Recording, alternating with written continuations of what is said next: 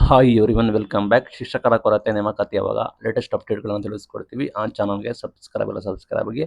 ವಿದ್ಯಾರ್ಥಿಗಳ ಸಂಖ್ಯೆಗೆ ತಕ್ಕಂತೆ ಶಿಕ್ಷಕರ ಸಂಖ್ಯೆ ಅಲ್ಲ ಅಂತ ಹೇಳಿ AICTE ಮಾನದಂಡದ ಪ್ರಕಾರ 15-20 ವಿದ್ಯಾರ್ಥಿಗಳಿಗೆ ಒಬ್ಬ ಶಿಕ್ಷಕರು ಇರಬೇಕು ಅಂತ ಹೇಳಿ ಅಜಿಮ್ ಪ್ರೆಮ್ ಯೂನಿವರ್ಸಿಟಿಯ ಅರ್ಥಶಾಸ್ತ್ರದ ಸಹ ಪ್ರಾಧ್ಯಾಪಕಿಯವರು ಅನೌನ್ಸ್ಮೆಂಟ್ ಮಾಡಿದ್ದಾರೆ. ಲೈಕ್ ಬೆಂಗಳೂರಿನಲ್ಲಿ ಸ್ಟೇಟ್ ಆಫ್ ವರ್ಕಿಂಗ್ ಇಂಡಿಯಾ ಅಲ್ಲಿ ಇರುವಾಗ ಅಲ್ಲಿ ಆ ಉನ್ನತ ಶಿಕ್ಷಣ ಕಡೆ ಬಡ ಮಕ್ಕಳು ಹೋಗ್ತಾ ಇಲ್ಲ. ಲೈಕ್ ನಿಮಗೆ ಶೇಕಡ 8ರಿಂದ 15% ಏರಿದೆ. ಲೈಕ್ ವಿದ್ಯಾರ್ಥಿಗಳ ಪ್ರಮಾಣ ಬಡ ಕುಟುಂಬದವರು ಸಾಕಷ್ಟು ಜನ ಅಫೋರ್ಡ್ ಮಾಡಕ್ ಆಗ್ತಾ ಇಲ್ಲ ಉನ್ನತ ಶಿಕ್ಷಣನ. ಲೈಕ್ ಇಂಜಿನಿಯರಿಂಗ್ ಆಗಿರ್ಬೋದು, ಮೆಡಿಕಲ್ ಆಗಿರ್ಬೋದು, ಸಾಕಷ್ಟು ಶುಲ್ಕ ಜಾಸ್ತಿ ಕೂಡ ಆಗಿದೆ. ಹಾಗಾಗಿ ನಿರುದ್ಯೋಗ ಕೂಡ ಜಾಸ್ತಿ ಆಗಿದೆ. 15ರಿಂದ 29 ವರ್ಷದ ಪದವೀಧರರಿಗೆ ನಿರುದ್ಯೋಗ ಸಮಸ್ಯೆ ಕೂಡ ಹೆಚ್ಚಾಗಿದೆ. ಇದು ಹೊಸದೇನಲ್ಲ.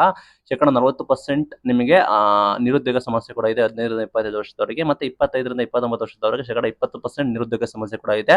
ಪದವಿ ಡಿಗ್ರಿ ಮಾಡಿದ್ರು ಕೂಡ ಕೆಲವೇ ಜನಕ್ಕೆ ಮಾತ್ರ 1 ವರ್ಷದಲ್ಲಿ ಉದ್ಯೋಗ ಸಿಗುತ್ತೆ. ಉದ್ಯೋಗ ಸಮಸ್ಯೆ ಕೂಡ ಇದೆ. ಹಂಗಾಗಿ ಸಾಕಷ್ಟು ಜನ ಯುವ ಜನರು ಕೂಡ ಶಿಕ್ಷಣದ ಕಡೆ ಹೋಗ್ತಾ ಇಲ್ಲ. ಶೇಕಡ 38 ಇತ್ತು ಪರ್ಸೆಂಟೇಜ್ 2017ರಲ್ಲಿ ಶಿಕ್ಷಣ ಪಡೆಯುತ್ತಾ ಇದ್ರು. ಲೈಕ್ ಯೂತ್ಸ್ ಶೇಕಡ 38% 2017ನೇ ಕಾಲಘಟ್ಟದಲ್ಲಿ ಶಿಕ್ಷಣ ಪಡೀತಾ ಇದ್ರು. ಬಟ್ ಈಗ ಏನಾಗಿದೆ ಅಂದ್ರೆ ಶೇಕಡ 34ಗೆ ಇಳಿದಿದೆ. ಬಿಕಾಸ್ ಯಾಕಂದ್ರೆ ಸಾಕಷ್ಟು ಕಾರಣಗಳಿಂದ ಅವರಿಗೆ ಬಡತನದಿಂದ ಹೋಗ್ತಾ ಇಲ್ಲ. ಸಾಕಷ್ಟು ಯುವಕರು ಸಾರಿಗೆ, ಕಟ್ಟಡ ಈ ರೀತಿ ಡಿಪಾರ್ಟ್ಮೆಂಟ್ಗೆ ಹೋಗ್ತಾ ಇದ್ದಾರೆ. ಮಹಿಳೆಯರು ಕೂಡ ಹೋಗ್ತಾ ಇದ್ದಾರೆ ಅಂತ ಹೇಳಿ ಮಾಹಿತಿ ಕೊಟ್ಟಿದ್ದಾರೆ.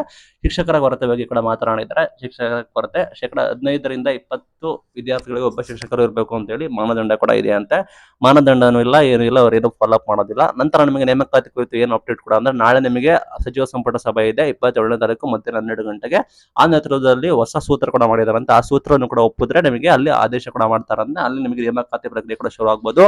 ನಾಳೆ ವೆರಿ ಇಂಪಾರ್ಟೆಂಟ್ ಡೇ ಆಗಿರುತ್ತೆ. ಎಲ್ಲಾ ಸಮುದಾಯಗಳು ಕೂಡ ನಮಗೆ ಕೊಡಿ ಅಂತ ಹೋರಾಟ ಕೂಡ ಮಾಡ್ತಾರೆ. ಇದು ಸರ್ಕಾರಕ್ಕೆ ಹೊಸ ಕಂಗಂಟು ಕೂಡ ಆಗಿದೆ.